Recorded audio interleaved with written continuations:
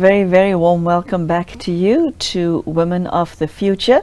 This is episode 4 of what is proving to be an extremely exciting series for women all across the globe, because we're looking at subjects that we hope will be of universal appeal, because that is how it touches our hearts. Today's topic is entitled Accumulating Enough Inner Power. As you know, you need something within you to face whatever life throws at you. And so we want to look at what that is, where you get it, and how you keep it to make yourself strong and resilient.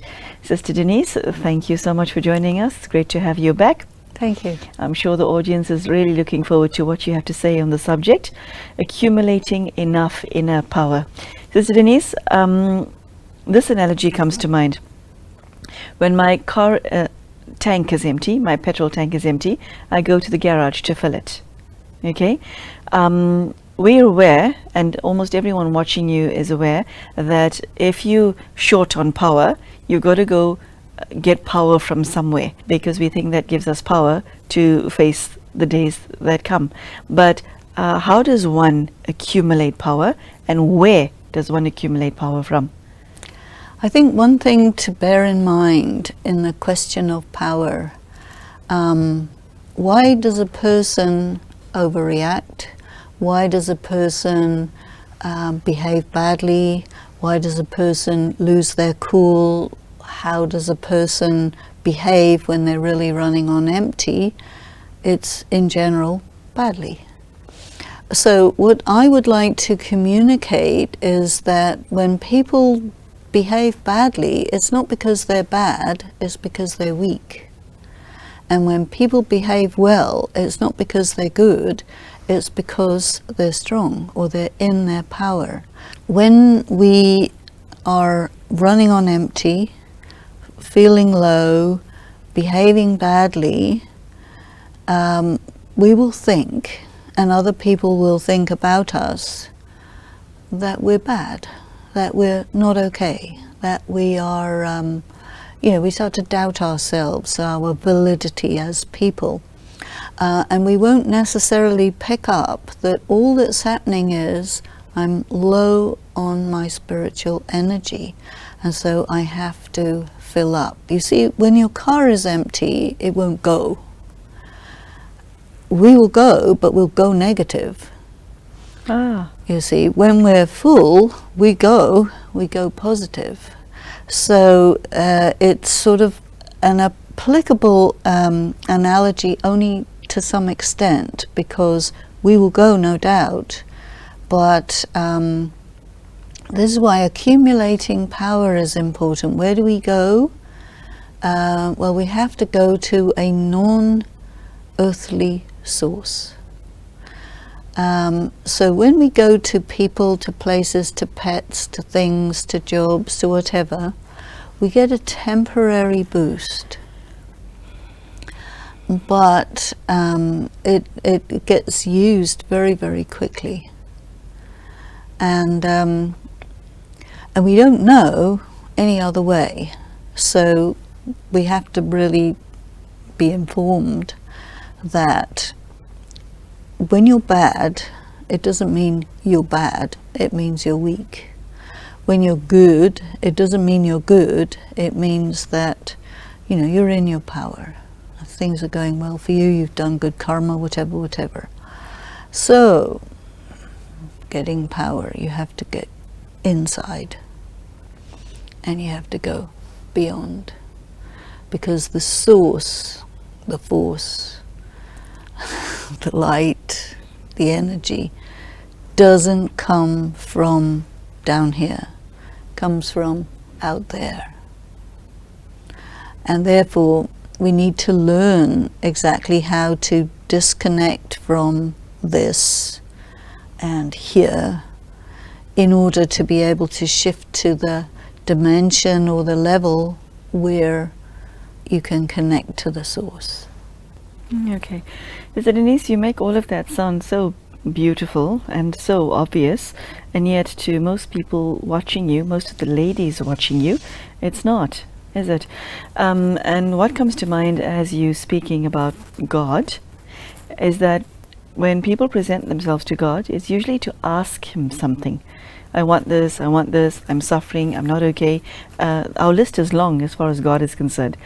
But yet, many have the question, does God listen to what I'm saying? But what you're talking about, accumulating from God, is rather different from the relationship that most people have with God. Absolutely. How do you explain to us how you relate to God that's different? Do you ever ask Him for anything? Well, the way I look at it, when people go to God saying, oh God, will you sort out this problem? Will you fix my husband? Will you deal with my health? And God will say, you do it. And then you say, how? He'll say, look it up, Google it, whatever. But it's not understanding the function of God. And in a way, sometimes you may go to a friend or a higher authority or whatever, sort out my problem. How often do parents of a drug-addicted child go to the rehabilitation center, drop off the child and say, give him back to me in a month, fixed? That's the cultural attitude we have. And what the society doesn't get is a drug-addicted child is a family problem. The whole family needs to go to get rehabilitated, But it's so-and-so, it's somebody, this is the problem, I'm not the problem. Whereas I think that God is very intelligent. And the way that God relates to us is to oblige us, almost to force us to take responsibility for our actions and their consequences. So the problem that we have, which we don't realize, which I think is the importance of God, is that God will inform us that, hey, humans, you have lost power. And because of that, you have started doing activity which is mutually destructive, self-destructive, and destructive of your habitat. All of this is because you have no power. So our subject today is accumulating enough power. Enough for what? How do you measure that? As in many of the programs that we're doing, it's really about rethinking everything. So here's rethinking our relationship with our goodness and badness, and redefining it as our being strong versus being weak, rather than being good versus being bad. That's the first thing. So if I do something bad, it's because I'm weak. If I do something good, is when I'm strong. So, turning within, learning how to connect with the Supreme Being, and taking power, taking light, and using that to be able to do the right thing. That's really what it's about.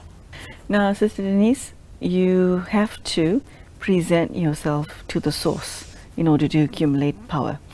For many women listening to you right now, spirituality is something that they've been interested in, touched upon, meditated a bit, done a bit of this, done a bit of that, because there's an instinctive attraction for women and spirituality. There's a definite link globally. So how does a woman who understands that within her psyche she is in need of power, and she's aware of her emptiness, she's aware of the beep sound that your cell phone makes when it's about to go flat, your own battery needing to be recharged, explain to us in a manner that's easy for our ladies to understand. How does she present herself to God? I can't imagine you sitting on your couch saying, God, you listening? I need some power. Thanks. Okay? Well, you might well start like that. Start like that, Yes, as gross as that. You've got to start But somewhere. don't you have to do something to get it? I think what works is to admit, God, I really have lost control of myself, my life. I'm listening. You tell me. So Okay. rather than just giving orders to God, say, okay, nothing's working, I'm listening. And it's really a sort of an act of humility, an act of almost contrition, where you say, I just don't know what I'm doing anymore, I'm listening. Don't you have to have a relationship with someone before you can ask such a question? Because it's very intimate. Well, that's why it really takes almost like a desperation for a person to say, nothing's working anymore, I'm listening. You know, Okay, it's really so- an act of humility. So desperation is a good thing, because then you can use it to your advantage. We can. Okay, so you talking about people who've hit rock bottom. Actually, when people have hit rock bottom and there's nowhere further down to go, the only way is up.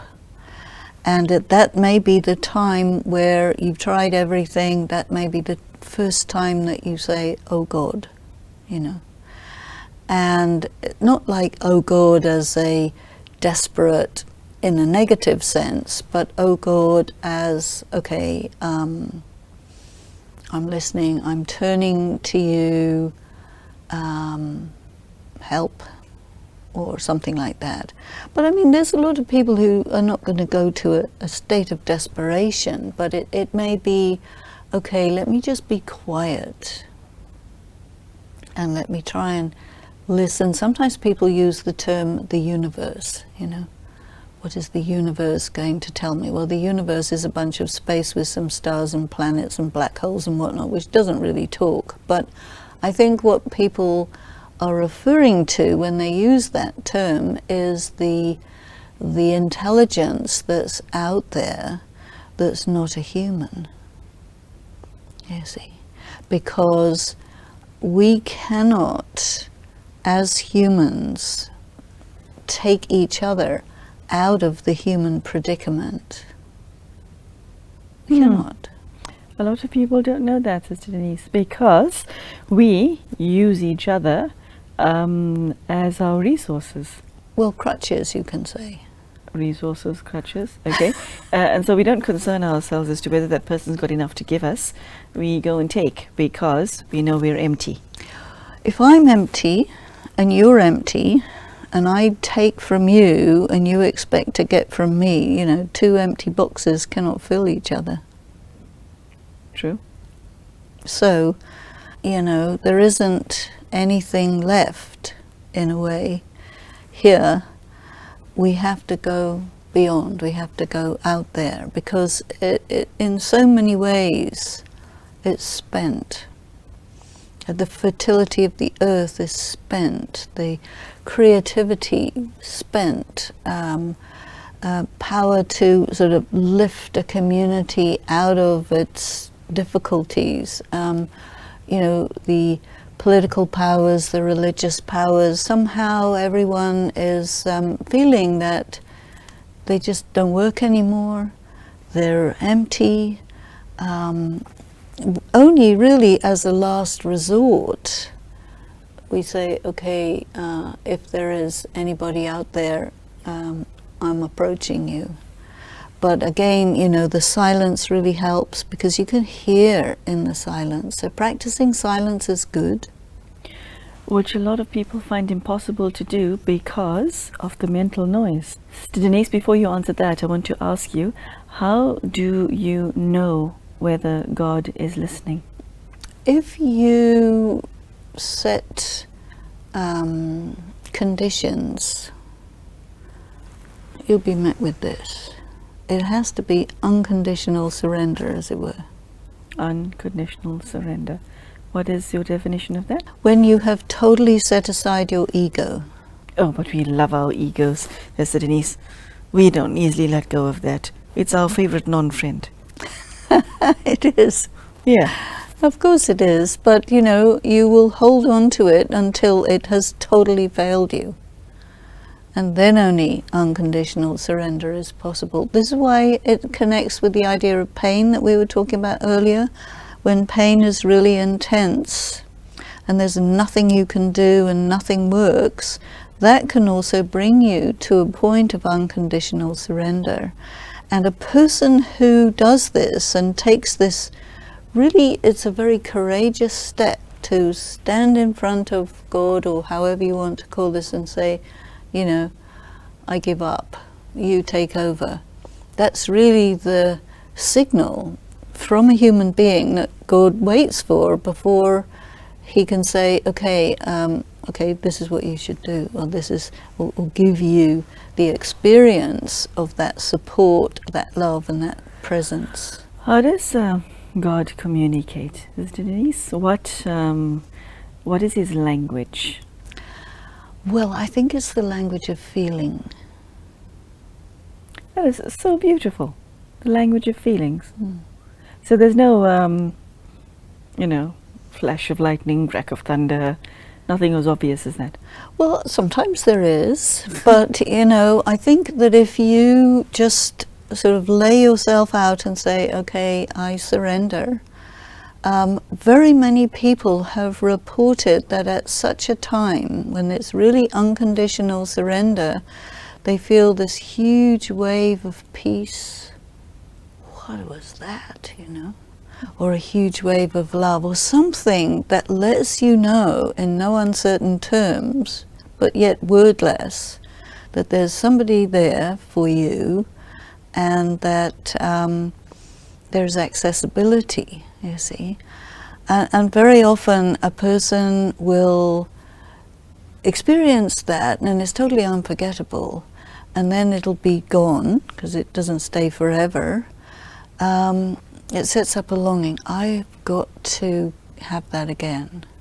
I've got to find that source, you see. And that may set a person on a quest to experience the link. And then, you know, the question of meditation, practice of silence, surrender, all of these different ways will start to come into your mind that, you know, they try this, try this, try this. And of course, meditation is really a very important part of that, because it's a kind of a communing with that source in stillness, keeping that in your heart, keeping your heart clean, so that God will communicate with you through very, very subtle means. And when you're listening and kind of following, it takes you down the road that you need to be going on. But it is very easy to lose track, deviate, get back into your ego or whatever. So it is really very subtle. God's responsibility to his children is to give them power at their time of need. God's promise rather than responsibility. So God's promise is, come to me and I will give you everything you need. Sure. That's a beautiful thing to hold in one's heart, but the problem is we don't. Sister Denise, once one has accumulated that amount of power from God, even if it's just the little that you just described, which is a lot, but just that much, how then do you ensure on a day-to-day basis that you're not leaking? The problem is that if someone gives something to you and you're a drain without a plug, you're going to drain out. Well, this is what happens to most people. It comes in and goes right out again. And then people will get annoyed with it, rather than look for closing the leaks. Because where does the leakage come is you start to get arrogant. It'll all go away. Or cocky, or you greedy, or any little thing. You see, because God is so subtle that as soon as you go off track, you lose everything. And if you want to come back on track, you have to sort of notice what you did that messed it up and stop doing that. What causes us to lose our power? Why do we do it? Is it because power of the spirit is intangible and we don't realize that we're losing it? Are we that careless, or are we that ignorant? Well, I think we definitely are that careless, we're definitely that ignorant, and we're not particularly subtle. No, we're not subtle. God is extraordinarily subtle. And so I think we have to be very, very patient with ourselves. And I think that there's nothing wrong with getting a little bit, losing everything, and then putting two and two together and seeing, okay, I lost it all because I didn't look after it. Or I lost it all because I started having negative thoughts. Or I lost it all because I got distracted, attracted, or something like this. And you gradually pick up and get the point that if you want this, and then you have to pursue it correctly and carefully. And this is why I think also God will present to us as our teacher. And okay, you have to be with me, you have to come to me, you have to sit with me, you have to be in my remembrance and do everything in this way in order to keep me close. And when you move away from that, God also moves away from you. You see, and if you want to bring him back, you have to do that thing. You gradually get to see what brings him close, what brings him far, and start to do it. So it's a very interesting way to sort of live your life, you know, because if you're living your life trying to resource yourself from people, places, things, pets, jobs, whatever, you'll get a little bit and then you go back to emptiness. You start to bring God into your life gradually, and you start to have a source which is can be accumulated, which you have to take care of, and which is not a terrestrial thing. Then you really start to come close to yourself as well, and you start to become independent or non-dependent. Otherwise we're dependent on what? People, places, things, pets, jobs, this. Because if you lose something that you're dependent on, you're finished. If you lose something that you're not dependent on, you can handle it. It's the difference.